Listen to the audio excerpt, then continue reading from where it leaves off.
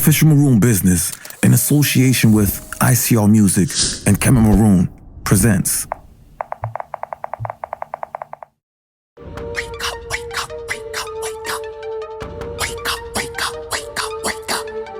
You're in the Matrix. IT. With the Matrix Man. From the nadir to the zenith, I rise from the fire like the phoenix. As the waterfall between Mars and Venus, they calling me the hamster with the wheel is. 8 spokes, 2 posts, that's the helix. The grass on this side is the greenest.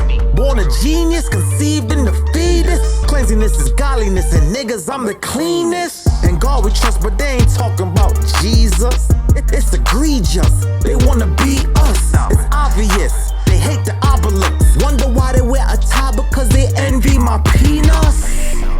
That's why they on these nuts. Knowledge, wisdom, and understanding. Yeah. So you said men in Jamaica couldn't become Masons. Yeah, right. What you mean, like in Jamaica or being affiliated with you guys in America? Well, being affiliated with Masonry, Freemasonry, period.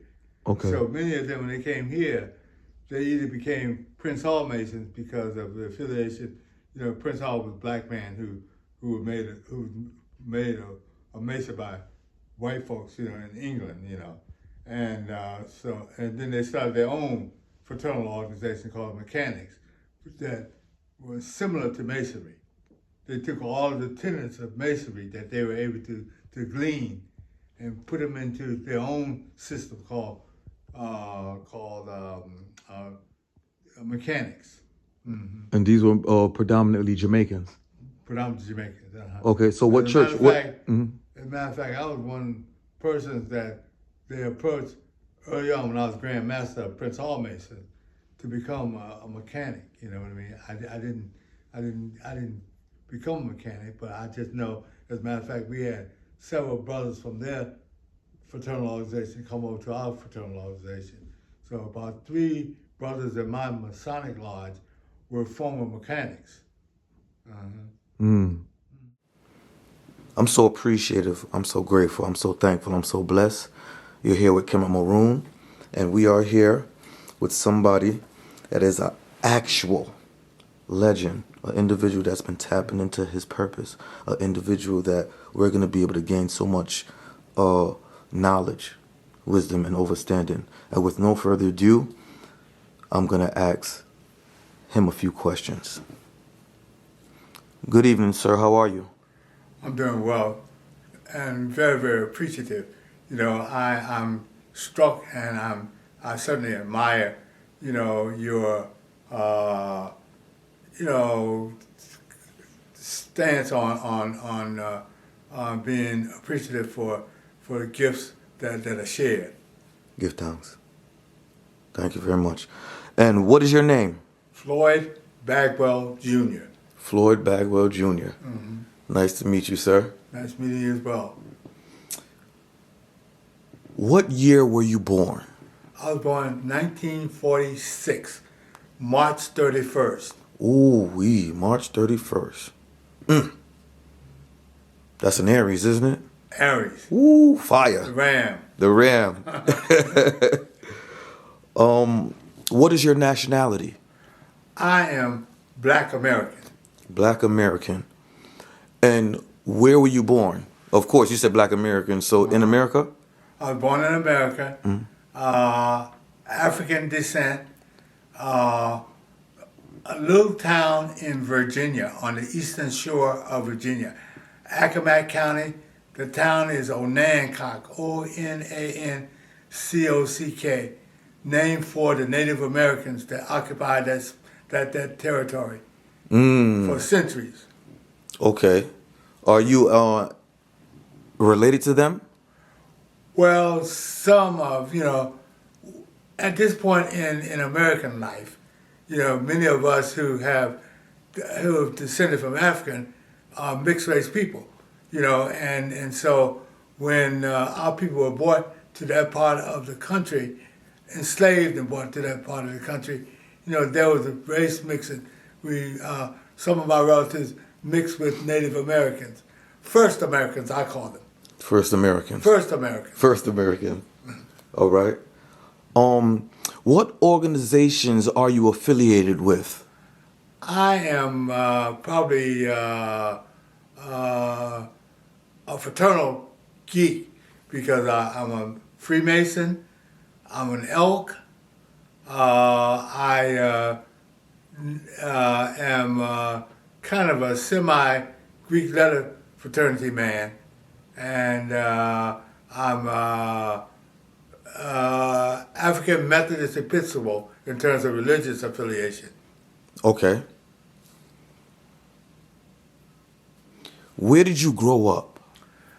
I did part of my growing up in Virginia on the Eastern Shore, Accomack County, Onancock.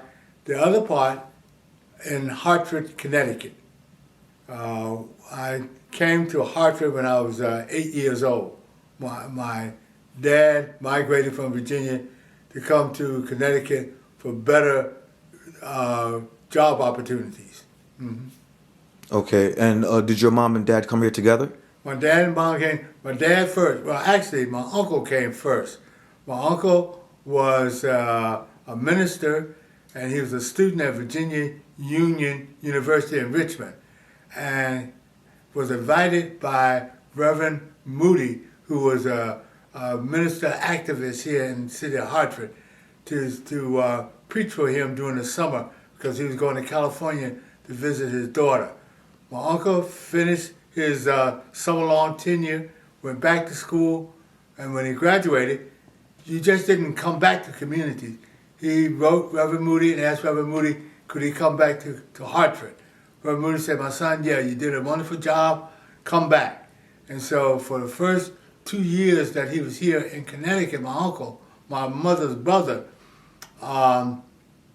he made his way through employment and that kind of thing. And then he invited my dad because he saw employment possibilities for my dad. So my dad came up. And then after my dad came up, he was here about 4 or 5 months. Then my mom came up. So both of them had job opportunities that they were not able to obtain in Virginia. Mm-hmm. And what kind of work might that had be? My dad worked at the Royal Typewriter Company, which back then, typewriter manufacturing was one of the premier places of employment in Hartford in particular. What year? 1952. 1952. And what's the name of that place again? Royal Typewriter. Royal Typewriter. Do you remember where they were located in Hartford? Over on the Park Avenue, Park Street. Okay. In Hartford. Okay. In that area there, which became Frog Holler. Mm-hmm. Okay, nice, nice. And what kind of work did your mom do? My mom was a domestic. She at first worked for New England Laundry, which was a dry cleaning, and they did shirts. They clean and press shirts for folks, you know. Mm-hmm. So you could take your white shirts and that kind of stuff to New England Laundry. And she was a presser, what was called a presser. She would hand iron the shirts and that kind of stuff, you know, and hang them and that kind of thing, making 10 cents a shirt. 10 cents a shirt. Mm. So she had to crank out a lot of shirts to make a decent day's earning. Not a week's earning, but a day's earning. And you know what she had to do to make a good week's earning at 10 cents a shirt. Yeah. And you said this was around 1940s? No, 1950s, early 50s. Early 50s. Uh-huh. Okay, nice. And then she worked days as a domestic. She'd go to West Hartford and clean the homes and do cooking and that kind of thing for residents of West Hartford and Simsbury and places like that. Mm-hmm. And she made $8 a day plus car fare, which at the time was 25 cents. You catch a bus from Hartford out to West Hartford or surrounding communities for 25 cents, and then if you went too far, you got what was called a they gave you like a token or something like that you could add to your 25 cents fare. Mm. And they were like a nickel or a dime or something like that. Mm-hmm. Mm. And what was your childhood like? Well, it was guarded. My parents are very, very, very protective of us. We came from a rather hostile environment in the South, segregated. You know, you had to be particular about what you said to people and who you said it to, and so forth and so on. And there was a lot of discipline in my home. Like because my mom and dad were steady workers, they would leave chores for us when we got home from school. You know, the only playtime we got was coming from school, going home. Once we got home, it was in, and we had to stay in until our parents came from work. And the only time we really got to recreate was during the weekends and that kind of stuff, when again, they watched over us. A lot of church activities, because again, like I said, my uncle was a minister, so we really, you know, if you had social activities and that kind of thing, they were church-led. What is your uncle's name? Everett Chandler, Chandler, and he had the distinction of moving through the public school system in Hartford. He was assistant principal over at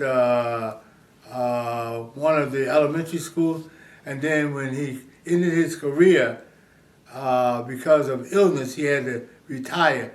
He was principal of the Thurman Milner School on Vine Street in Hartford. Of Milner. Milner School. Okay, I know that you mentioned you came from Virginia. Do you remember anything during those times? Because you said you were extremely disciplined. You had to watch. What was the difference between being in the South and then coming up north? The difference between how you were treated by the, you know, people. Well, there, you know, you lived in an all-black community. You know, all the professionals lived there. You know, we were like extended family. And, you know, there was ownership. I remember, you know, the little mom and pop store we went to get groceries and that kind of thing. Black owned. You know, churches, we went to black churches. School we went to, black, because, you know, there was no mixing of the races. And this is around the, you said the early 1950s? This is the early 1950s, early 1950s. So no integrating in schools? No integration in schools. Okay. My grandmother was one of 3 teachers who taught in a segregated school. My grandmother taught 3rd, 4th, and 5th grade. There was another teacher who taught 1st, 2nd grade, and my grandmother filled in the middle, 3rd, 4th, and 5th, and then 6th, 7th grade, another teacher taught, and then he went to segregated high school, 8th grade, 8 through 12. And this was in what part of Virginia? Accomack County. Okay. Okay, Accomack County is along the Delmarva Peninsula. It goes from Delaware down to Norfolk, Virginia. You skip over the Chesapeake Bay, and we're just northwest of Norfolk, Virginia. Interestingly enough, that whole section there was a man of color, a black man, was given the head rights. And so that whole county there, Accomack and Northampton County, was highly populated by black Africans who were let go from the original colony over in Jamestown and places like that. He earned the head rights to this section of the land because they thought it was worthless. So he turned it into rich farmland and so forth and so on. And then, after it became very, very successful and popular, had riches going on, you know, and black people becoming prosperous, they would run off the land. How would they run off the land? Because How? They just routinely came over, just ran them up, shot them up, killed them up. Who did that? Whites. Okay. Caucasian people did it. Yes, okay. So, And they went further north, and again, that's how the Confederation or how the kind of the brotherhood arrived in terms of Native Americans, and that's when you found a lot of Africans, marrying and so forth and so on, cohabitating with First Americans. With the first Americans. Mm-hmm. So you saying when the whites ran these people off of land that they thought was worthless and they made flourish, Right. they got rid. That's similar to like a Black Wall Street, something like that. Exactly. Something like that. One of the first. One of the first, Uh-huh. around the 1950s. No. This no. You talking about in the mid 1800s. In the mid 1800s. 1800s. In the mid 1800s, this is what happened. That's right. And the brother who was head rights was a Johnson. If you go back and look at the history of the Eastern Shore of Virginia and plug in the name Johnson, it gives a whole story of how it transpired.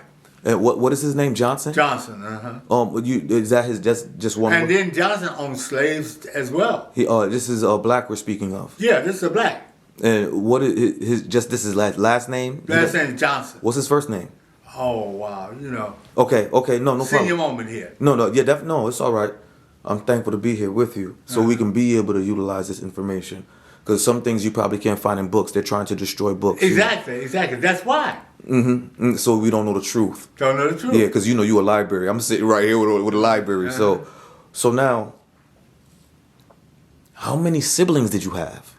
I have a brother, younger brother, and I have a sister, a younger sister. I'm the oldest. Okay, give thanks. So you had that pressure on you. Yeah. Yeah. You had to set an example for them. Yeah. Yeah. So. And my dad and my mom made sure of that. You know what I mean? There were just places I could not go to, and I could not, participate. Things I could not participate in. In particular, they had a wide circle of friends, and they would say, I'm referred to as Junior. You don't want Junior hanging out here. You don't want Junior messing around there. You know what I mean? And my dad was a strict disciplinarian. So now we spoke of Virginia. How was, say, like your adulthood? What can you remember of being in Hartford? Around what time can you remember? Because you said your dad worked at a printing place. Your mom was doing domestic work. But then that was the early stages of his work experience in Connecticut. Okay. Then he moved to retail. He worked for Sage Allen's department store. Sage Allen's. Where was that located? Downtown Hartford, but they had branches all around the state of Connecticut, all the way out to Saybrook, Connecticut, here in Windsor, East Hartford, West Hartford. They had stores. Sage Allen. Sage Allen's. And what kind of? Would they sell food, clothes, what? Clothes. Okay. What was that? A black-owned company? No, white Okay. owned. Okay. Yankee. Old Yankee. Old Yankee. Okay. And you said that was located downtown Hartford. Downtown Hartford. You remember what space downtown? Right near Trumbull Street, near Pratt Street, near what's the other street there? It took up quite a bit of downtown commercial space. Okay. So it was like a mall? It was like a to the mall. shopping center? Oh, say it again. Precursor to the mall. Okay. It was right next to G. Fox Company. Okay, G. Fox Company in Yeah. Hartford? That was another retail store. Okay, what is G. Fox? My grandmother worked for G. Fox actually, but It was a retail store, and it was kind of top of the line. Top of the line. They sold really, the upscale kind of clothing. with like Gucci or Fendi, Prada? Yeah. Okay. And they had that kind of reputation, So did this draw so the people? elite folks used to go to G. Fox's. Real middle class folks went to Sage Allen, and then there was another one that mostly, people ordinary means, Brown Thompson, which was another store between those two. You had, a store that, really kind of low income, moderate income people, took their trade to. Like a TJ Maxx nowadays or Yes. Marshalls? Yes. Okay. Yes. Okay. So I've always heard that we had a lot of blacks that own businesses on Albany Avenue, probably from like Park Street, maybe going down to Albany Avenue over there where Yeah, right. what is that? Westbourne Parkway? Yes. Is that true?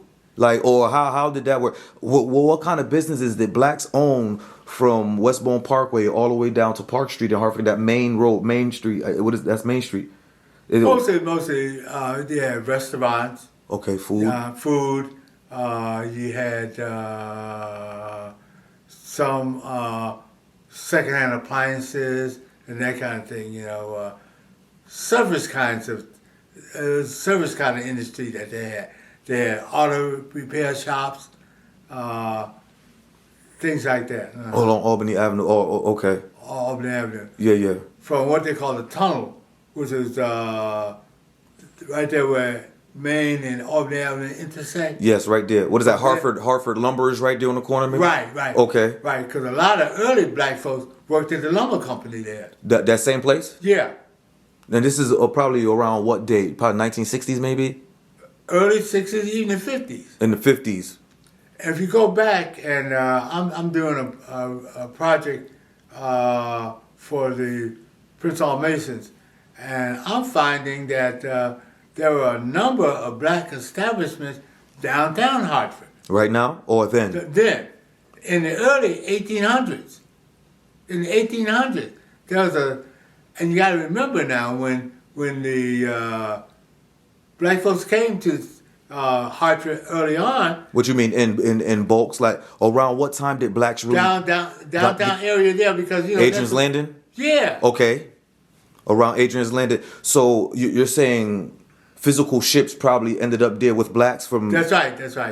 Okay. And some of is this maybe coming from the Caribbean? Because I know sometimes Caribbeans were holding centers, but I don't know if you know if they were taking straight trips from probably like the Ivory Coast in Africa, coming straight to Hartford right there on that support. They would come from everywhere. Okay. They would come from back in Norfolk, Virginia. Like I traced my great grandmother back to Portuguese Angola. Portuguese Angola. You know your great grandmother's name? She was came down to Griffin. Her last name is Griffin. Clark. My great grandmother was a Clark. She took the name of her slaveholder. Okay. Mm-hmm. Okay. And this is around what date? This is in the late 1790s, 1800s. Yes. She was a Clark, and she won her freedom because of her loyalty to a slaveholder.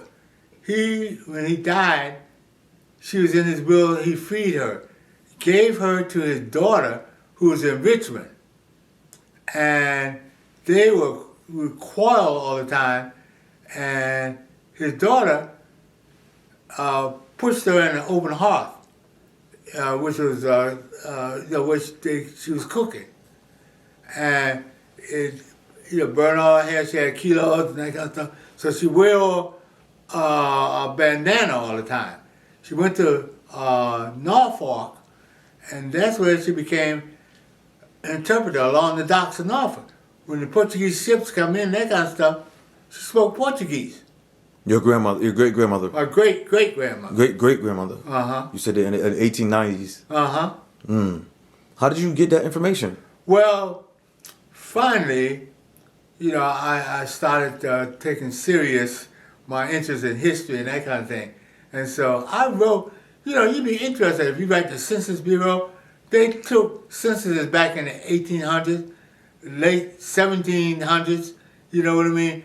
But they would name us all kinds of things, Negro, colored, nigger, So you really have to pour over census data, and tie all this stuff together, you know what I mean? And then having the opportunity to know not only my great-great-grandmother, information about her, I knew my great-grandmother.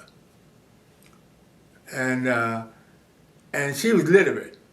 As a matter of fact, I was telling the story to the people at a birthday party I went to this afternoon. She went to Hampton Institute because she was daughter of a free slave, so she went to Hampton Institute. And back then, you went there for trades. Her trade was music. She was a pianist.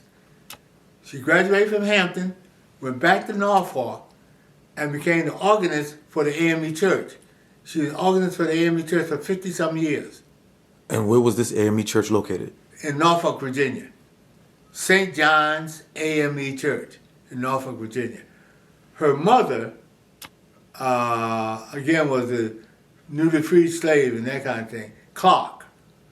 And she married Griffith, who was my great-great-grandfather, my great-great-grandfather, who was a Spanish-American War veteran and fought in Cuba, came back to Norfolk, Virginia, and got a job as a civilian employee at the naval base. He learned steam fitting, and so much of the black neighborhood that they lived in Norfolk, Virginia, my great-great-grandfather did the plumbing work, put indoor plumbing in for people. Tradesmen. They say the skills of their hands determines the man. That's right. That's right. What was your teenage life like? Well, again, like I didn't do a lot of hanging out, and what guys I hung out with, were guys who were interested in basically, being progressive in the neighborhood. They were the young men who spoke up. I remember when we went to Weaver High School, it was about 25% black, and the rest of it was Jewish and others. And the guys I hung around with were always challenging the system, you know what I mean? I remember that we were the only, as far as I can remember, the only class that didn't have a junior prom, because we had paid our class dues and so forth and so on, and we were never in the planning of the junior prom. Jewish kids want to bring in this band, and they had made arrangements, paid our money for this band to come. We said, we don't want this money. We want Harrison Glover, who was a popular black musician in Hartford. And they said, Harrison Glover? No. So they went on with the plans to have the prom. We boycotted the prom and demanded our money come back to us. Around what year was this? 61. 1961. 1961. 62. Mm-hmm. Around 1960. How old were you around that time? We were supposed going to junior year prom. Okay. We were no more about 15 years old. Okay. 14, 15. I heard, was there any riots in Hartford around that time? No, they started a little while after that. After we got out of high school, that's when the riots started in Hartford, which is, I graduated Weaver High School in 1964. Around 65 and 66, that's when was the height of the riots in Hartford. So why were there riots in Hartford? Because again, we had this whole notion that, we enjoyed living in the slum areas. We enjoyed being, courted when politicians wanted to, advance themselves, but didn't do anything to advance ourselves, you know what I mean? Mm-hmm. You said the politicians wouldn't advance. Say it again, please. The politicians advancing themselves. And we're talking about white politicians. Same stuff that you find now, you know what I mean? They need us to make the majority, but then, they court us, and then as soon as they go to the dance and get the big dance, then they forget about us, they leave us, standing in the middle of the floor. Same stuff. I said, I don't see how there has not been a sense of outrage in terms of our current governor. The fact that I'm at Lamont, Ned Lamont? Lamont. He has not been able to keep African American or a person of color as a serious commissioner yet. hiring these folks and then firing them. I think this guy got the worst record in terms of, maintaining his minority appointments, education. He promised a job to somebody, wrote a letter, said he's going to get the job. Then all of a sudden, he switches up. Then he hire Bloomfield, Dr. I can't think of his last name. But anyway, I understand the DMV commissioner, same thing. Here's a woman, brought innovation to the Department of Motor Vehicle, cans her. Health commissioner, cans her. You know what I mean? And where's the moral outrage on the part of our folk? You said, where's the moral outrage? The moral outrage for that. Nobody questions this guy. I mean, for what? How you have such hope for them in terms of appointing them and then dissing them? This is no better reputation than Trump. When you really stop to examine it. But yet, we go and cast our vote with this guy. Bring him out to our parties and all that kind of stuff. No way.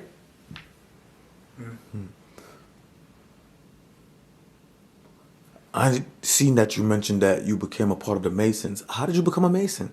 Well, my grandfather was a Mason. My dad was a Mason. And I showed an interest in becoming a part of that organization. My great-grandfather was an Odd Fellow, which is a different level of Masonry, you know what I mean? And, but I became a joiner, and joiner with groups that had a cause and had a track record of really being about change for our people, you know what I mean? And if you look at Masons as change agents, in particular the black community, we've been, at the top of the level in terms of changing life for our people. Mm-hmm. Many of the successful black communities that we were talking about, that white people tried to destroy, were heavily laced with Masonic men, Masons. Mm-hmm. So how do those men contribute to the community? Because most people don't know, about anything like that because they're not involved in it, but they probably hear about it. But you're saying people, they benefit from it even if they're not involved directly with it? Yes, because we give scholarships. When they're what I say, impactful protests, we're at the base of it. Because not only are we Masons, we're citizens. And our citizenship is constantly put to test, in terms of being a Mason. That's a part of, your upright, the Masonic order, they say they are upright men. You know what I mean? They are at the forefront of change for the good of our people.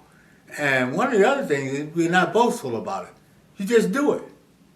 If it's done, you don't have to be boasting about it.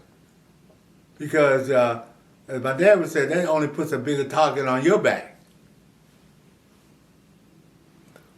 I like that you said that because I was going to go into why does it seem like it's so secretive among us? I mean, we're hearing about it now, but there was a time when probably people didn't really hear about it as much. They did. They knew about the Masons, you know what I mean? Yes. But when was it created? When was it created? But a lot of people didn't like the test that you have to go through because one of the things that we've disbanded is the fact that I remember like when my father went in and grandfather went in, they come in, now you can't get police records. You know what I mean? And so a lot of men say, well, I had a minor brush with the law, and so I don't want you digging into my police record and all that kind of stuff. So they didn't come to Masonry. You know what I mean? The other thing is, you had to be a practicing church member. If you say, when they interviewed me, do you go to church? Yes. What church do you go to? I told them, Bethel AME in Hartford. And it didn't stop there. They went and talked to people at Bethel. What kind of man is he? You know, is he upright? You know, is he, kind of like talk out both sides of his mouth? I mean, just little things, you know what I mean, that they held you accounted for. You had to be accounted for. Mm-hmm. And so a lot of people say, I don't want that kind of scrutiny, you know what I mean? So I don't want to join those guys, you know what I mean? And then they thought that we were a cult, you know, because that was a religious thing. And again, not knowing. But the first thing we do, and it's kind of interesting to watch Trump not put his hand on the Bible. First thing we do when you become a Mason, you put your hand on the Bible and you attest that these are the things that you're not going to be about. What you mean, not be about, like, put your hand on the Bible and not be about the Bible, or about what? About, clandestine things, ludicrous things, things that would put the organization in a bad light, put you in a bad light as a man, or whatever, you know what I mean? Mm-hmm. Uh-huh. Have you ever traveled outside of the country? I have done limited traveling outside the country, and places been like Canada, that you have free access, or limited access, or not as many restrictions in terms of traveling in and out of the country. In Canada, at one time, because I lived in Ohio, you could go up to Michigan or to Detroit and just walk across the border. You know what I mean? Now, with this crazy Trump stuff, you know what I mean? Things have changed, Been to the Caribbean once, and my bucket is going to Ghana. I want to go back to homeland and kiss the land. And so, I don't have very much time to do that. At 78, Mm-hmm. as one of my former students at UConn said, you better hurry on up. Give thanks. What do you remember from the Hartford community? What stood out to you in Hartford? You know what? There were some outstanding mentors in Hartford. Do you remember any names? And Yes. This is around what dates? Centered around the 60s, the 70s, the 80s. For instance, like one of the endearing and one of the really, really, really, really supportive families when we got here were the Milners. Thurman Milners and his family. We were like kin, like blood kin. One of my greatest mentors was Carrie Saxon Perry. One summer, I was her intern at CRT. And she carried me through the paces, you know what I mean? And taught me a lot about community activism, you know what I mean? And it hurt me so badly, the way in which she was treated, you know what I mean? Jackie Schaefer, Eloise Harris, those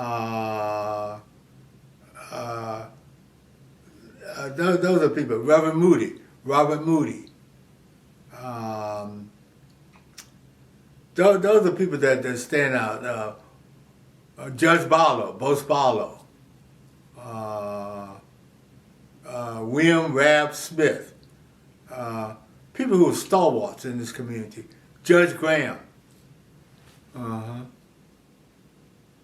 Mr. Thomas, who was at Weaver High School, taught history at Weaver High School. Elizabeth Martin, whose father was a rector at St. What's the Episcopal Church on Martha Street? I'm not sure. Okay. And then her whole family, her brother Victor Lambert. She was Elizabeth Lambert. But then she married Mr. Martin, who was an art teacher at Central Connecticut State University. Catherine Barlow, Edith Taylor. These are teachers, Give thanks. What's changed in Hartford, Connecticut from when you got here to now? I think that just the kind of involvement of serious involvement of people in their community and pushing for change and not thinking about, what I'm risking, because they're not risking anything. They ain't getting anything. You know what I mean? Mm-hmm. The fact of the matter is, in coalescing, there was a lot of people coming together. They didn't care whether you're from Georgia or Alabama, Mississippi. We were all sharing the same common experiences of not, having anything. And we wanted something. We wanted something for our community. You know what I mean? And we were short on selling our community out. Mm-hmm. For your personal advancement. You know what I mean? For your personal advancement. I have been taught that my advancement, our advancement, is a collective. If I advance, then you advance. If I'm pushed back, you'll push back. You know what I mean? And our goal is to come together so we all go forward. Mm-hmm. Powerful. And you work towards that. And I see people, satisfied with the lesser. You know what I mean? You just don't push for loftier goals. You don't push for substance. We have a lot of superficiality that's running rampant. Mm-hmm. Who has had the biggest impact in your life? The biggest impact is that picture there of my grandmother, Sylvester Griffin Chandler, had the biggest impact on my life. My grandmother, like I said, that's the teacher who taught for close to 40 years in a segregated school system, went to New York to live with her sister several summers so that she could complete a master's at Columbia University. And she goes back to the segregated school system because she's black, no advancement. And the fact of the matter is, the superintendent barely had a high school education. Stop. Yes, please. Tell me, this is your great-grandfather or your My grandfather? great-grandfather. And this is your mother's, your mother or father? My grandmother's father. My mother's great-grandfather.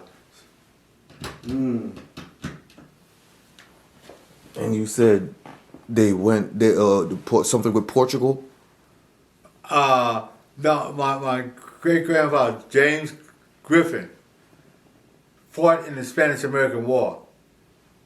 And, he was down in Cuba there. He said, man, they were shooting their guns so much that the barrels were melting down. And then after, they took San Juan Hill, old Teddy Roosevelt ran up, stuck American flag in the ground like they had done so much. These guys, man, couldn't even fight. Couldn't stand the heat.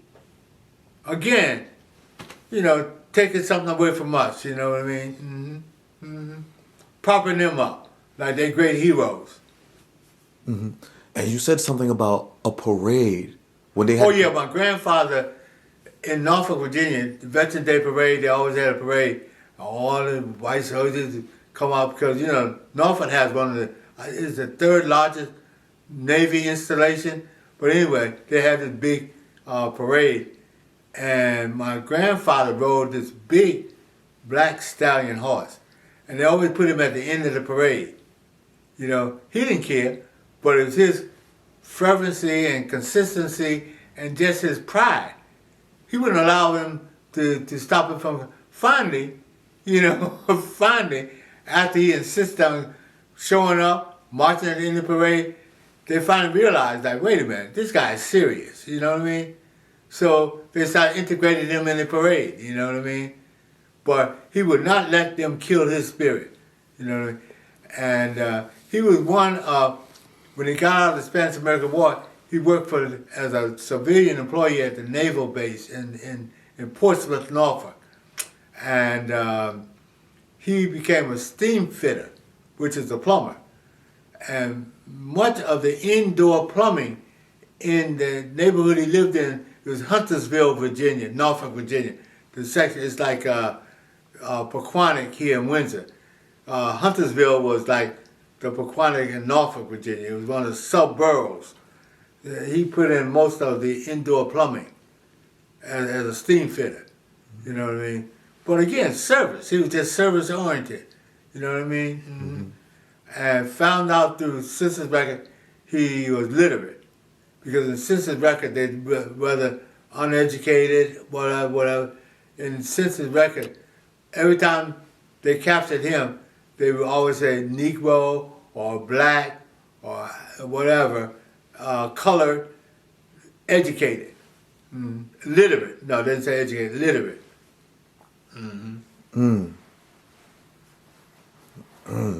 One more question. You know the applications that, so you're saying this is like on applications, or would that be more like a resume? Like, you know how you do applications nowadays? You have black, white. Oh, how did that change from then to now?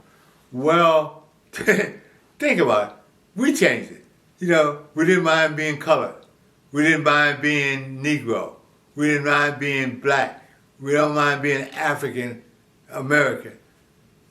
But, you know, again, with all of the pushback from the Caucasian community, how can you say you're African American? I'm Black American. You know, I'm Black American. You know, it's just like I was chastised for capitalizing black. you know, some people say, well, you know, you didn't capitalize white. I said, yeah. I said, but what is black? What are we? We are black people. We are black people. Until, you know, you honor the pronouncements in the Constitution and say that, you know, we are equal. You know, that's how you think of us. You know, that's why you don't want the doors open, because we're black and you're white. So I'm asserting myself in terms of the dominant factor here, in control of who I want to call myself. And I choose to capitalize it because I'm important to myself. So if you think you're important as white people, just start capitalizing W, white. You do it anyway.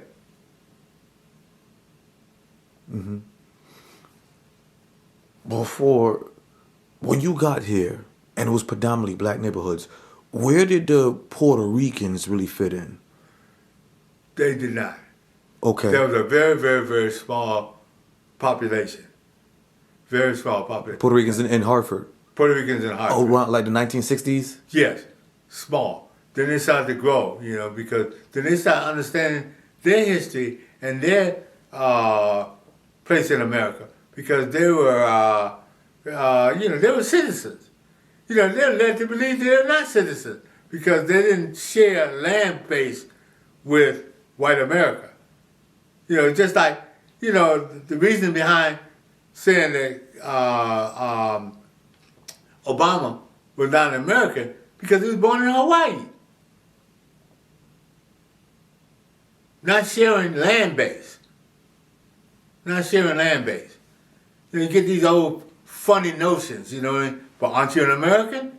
Isn't Hawaii an American state? You know, but Puerto Ricans fell into the notion that, you know, they were not American, man. They were a colony. Really, they accepted their colonization. And then, you know, when masses of them start coming in, you know, and grabbing toehold, you know what I mean? Toehold. Where did we fit in with them?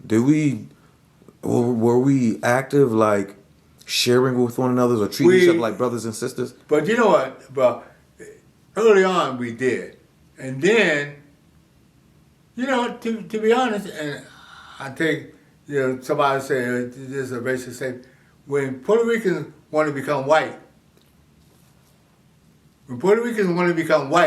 then they abandon the relationship. You just look at the last election. Look at the last election, bro.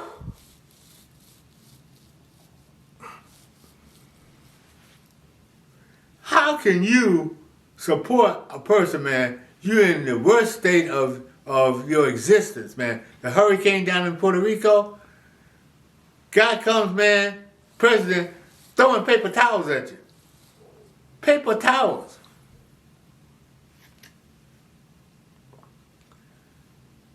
Again, man. Yep. And the whole notion that if you have shared with us, it's taking something away from them. Say that one more time. The whole notion that our, getting benefits or taking benefits from them. You talk to some of the entrenched Hispanics. That's the whole notion that they run around with. That if it's given to us, then it's taken from them.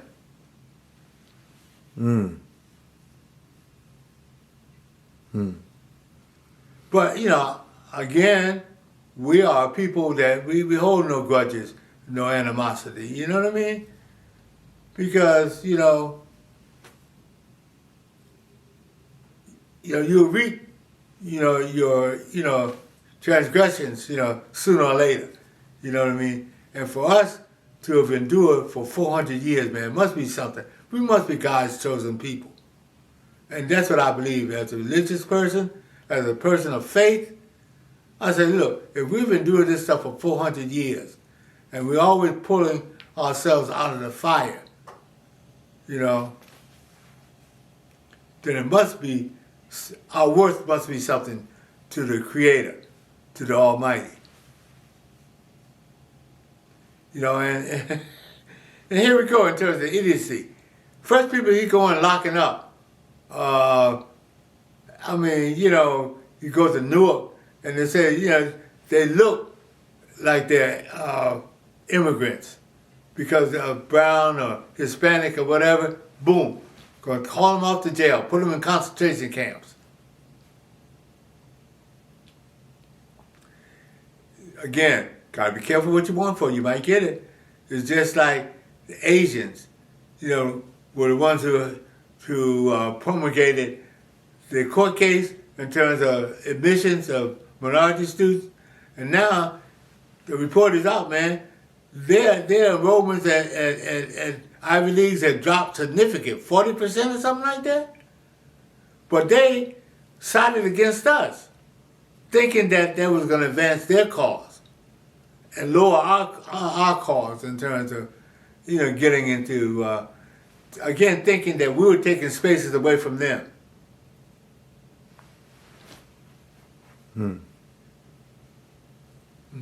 I definitely appreciate it. I'm so thankful. And look at the Cuban thing, you know what I mean? And this is the thing that really kind of cocks my chops, And I found this out by personal experience in terms of belonging to this order here. We had our annual meeting, 12, 14, 15,000 people coming to Miami. And so we traveled from place to place, around Miami and that whole area there. Landed on this minority bus company, okay? And the Cubans had a company. So we wiggle out our contracts with the Cubans and go with black-owned bus company. Do you know they called the law out on this company, man? Shut them down? So we did a Rosa Parks. We wouldn't use them either. We said, let's walk where we had to go. And this was around what year? This was 70, I was trying to 78, 79. But those same highbrow Cubans were the ones that stole all the money out of Cuba. That's how Fidel Castro and his brother, man, were always on them. They were gangsters who stole the money out of Cuba and took it to Miami. set up their gangster fiefdom there in Miami. And the biggest discriminators in Miami, Cubans. Call it out, man. Call it out. See, a lot of people are scared to call it out. Well, I don't owe the Cubans nothing.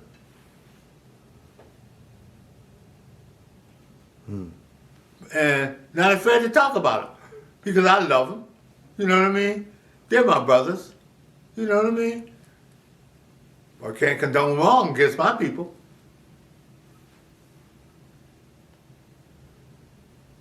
Cuban, set the guy up again. You wait until they come into Cuban neighborhoods, start arresting some of them. They're here illegally and that kind of stuff. Watching screaming, coming back. Already they start reaching out to prominent black people. You know, what can we do? What can we do? Get off your rear end. You know, and stop fighting back. Stop siding with these people. You know what I mean? Yeah. Just like Tish James said, I ain't scared. Tish James said, I'm not afraid. Bring it on. Because the woman knows the law, man. They sat there and studied that. Now all these TV talking heads getting on, man, what they could have done and should have done. And yet, the brother there, man, you know, they're threatening his life and that kind of stuff. He said, you know, I'm not afraid. I'm not afraid.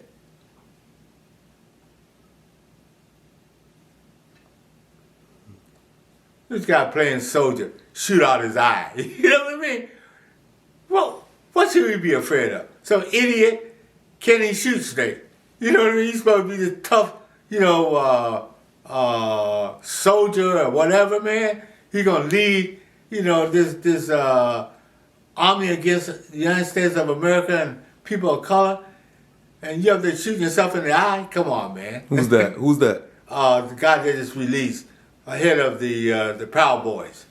Stewart, whatever his name is. Stewie, baby, I call him. I'm so thankful. But I'm so thankful that you took out time to give me this information.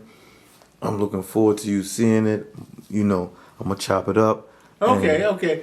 Do what you feel is necessary to do with it. I'm not going to,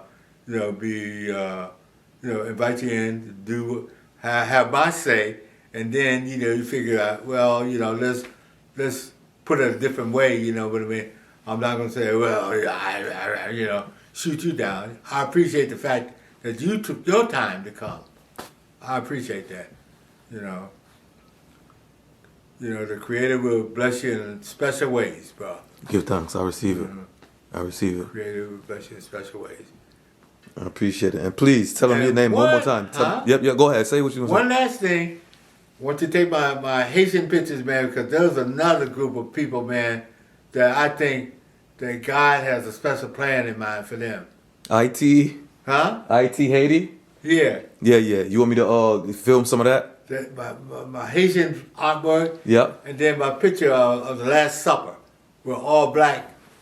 I'm going to get it. Black Christ and his disciples. Oh, where is that? We're going to get it right now. Right up here in my dining room. Okay.